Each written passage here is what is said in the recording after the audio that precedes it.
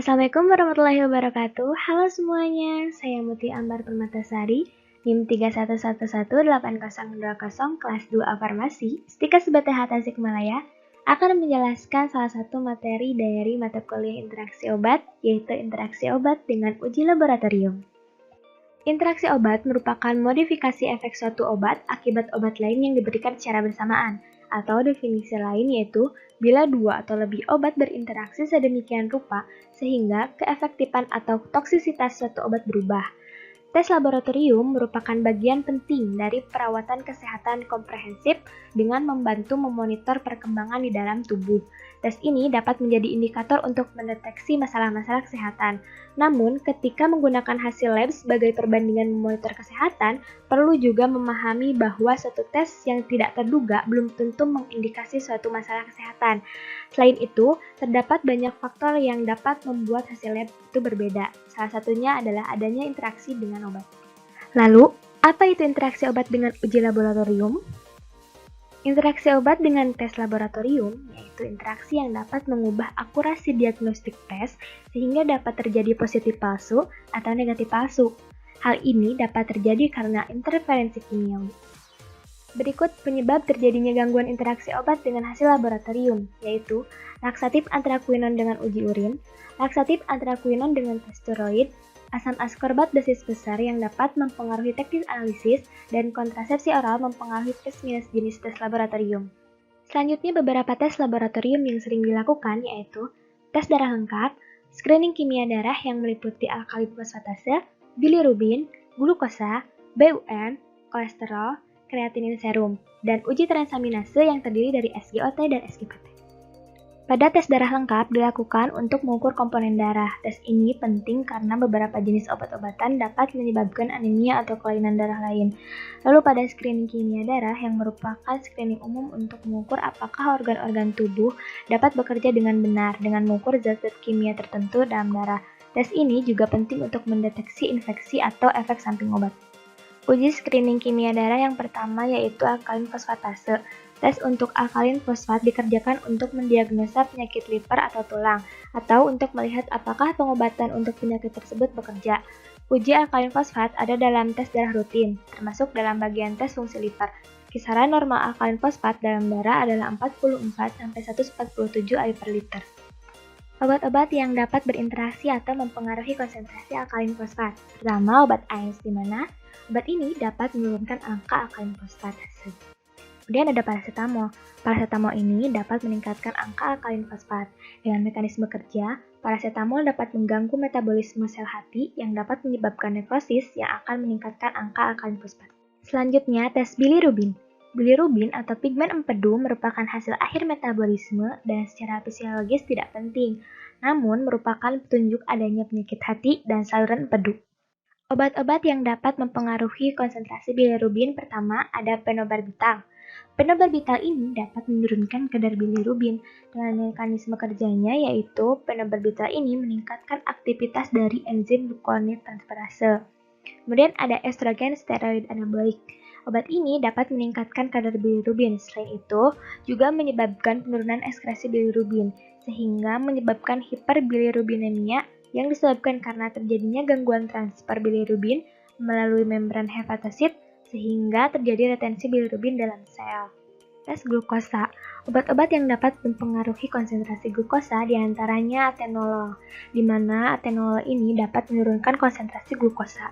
Mekanisme kerjanya yaitu menghambat glikogenolisis di sel hati dan otot rangka, sehingga mengurangi efek hiperglikemia dari epinefrin yang dilepaskan oleh adanya hyoglikemia sehingga kembalinya kadar gula hipoglikemia diperlambat. Lalu ada kortikosteroid golongan glukokortikoid, di mana dapat menurunkan konsentrasi glukosa. Mekanisme kerjanya yaitu meningkatkan gluconeogenesis dan mengurangi penggunaan glukosa di jaringan perifer dengan cara menghambat uptake dan penggunaan glukosa oleh jaringan melalui hambatan transporter glukosa. Selanjutnya, blood urea nitrogen atau BUN. BUN ini adalah konsentrasi urea pada plasma atau darah yang merupakan indikator penting dari fungsi ginjal. Tes ini digunakan untuk melihat apakah ginjal bekerja dengan baik atau tidak, di mana pada fungsi ginjal normal yaitu 3,6 sampai 7,1 mmol per liter atau 10 sampai 20 per dl. BUN tes ini dilakukan dengan mengukur jumlah nitrogen yang berada dalam darah yang berasal dari urea.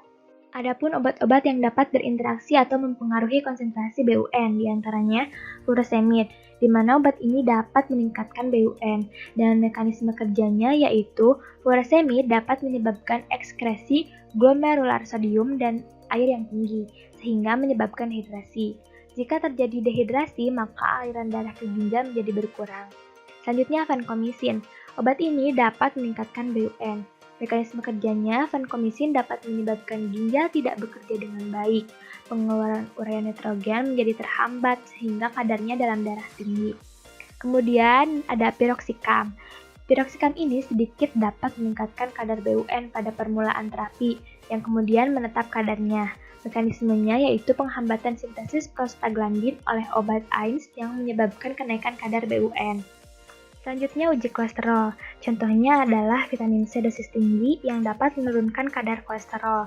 Dengan mekanisme kerja yaitu memperlebar arteri sehingga memperkecil deposit kolesterol pada dinding arteri. Meningkatkan aktivitas fibrinolisis yang bertanggung jawab untuk memindahkan penumpukan kolesterol dari arteri, serta mengeliminasi kelebihan kolesterol dalam aliran darah dan membawanya ke empedu. Kreatinin serum. Kreatinin adalah produk sampingan dari hasil pemecahan fosfokreatin di otot yang dibuang melalui ginjal. Normalnya kadar kreatin dalam darah adalah 0,6 sampai 1,2 mg per dl. Bila fungsi ginjal menurun, maka kadar kreatinin dalam darah bisa meningkat. Contohnya golongan AINES. Obat ini dapat menyebabkan resiko menurunnya fungsi ginjal, sehingga dapat menyebabkan meningkatnya kadar kreatinin dalam darah. Lalu ada amphoterisin B, di mana obat ini dapat menyebabkan penurunan filtrasi glomerulus, juga berakibat pada penurunan fungsi ginjal, sehingga dapat menyebabkan meningkatnya kadar kreatinin dalam darah. Uji lab selanjutnya yaitu transaminase, di mana uji ini dilakukan untuk mendeteksi adanya kerusakan hati. Pemeriksaannya dengan pengukuran SGOT dan SGPT. Keduanya terdapat dalam sel hati dalam jumlah yang besar dan ditemukan dalam serum dalam jumlah yang kecil. Kadarnya dalam serum akan meningkat ketika sel rusak atau membran sel terganggu. Pada SGOT atau serum glutamat oksaloasetat transaminase, contohnya adalah isoniazid yang dapat menimbulkan icterus dan kerusakan hati yang fatal akibat terjadinya nekrosis. Adapun contoh obat yang meningkatkan nilai SGOT lainnya dapat dilihat pada slide. Selanjutnya pada SGPT atau serum glutamat piruvat transaminase, contohnya adalah rifampicin yang dapat meningkatkan hepatotoksik sehingga menyebabkan peningkatan aktivitas enzim transaminase. Adapun obat yang dapat meningkatkan SGPT lainnya ada dalam slide. Nah, jadi seperti itu ya teman-teman. Jadi, agar dapat memantau keadaan kesehatan kita, perlu dilakukan tes laboratorium secara berkala dengan pemeriksaan laboratorium, sehingga kita tahu keadaan tubuh kita yang sebenarnya.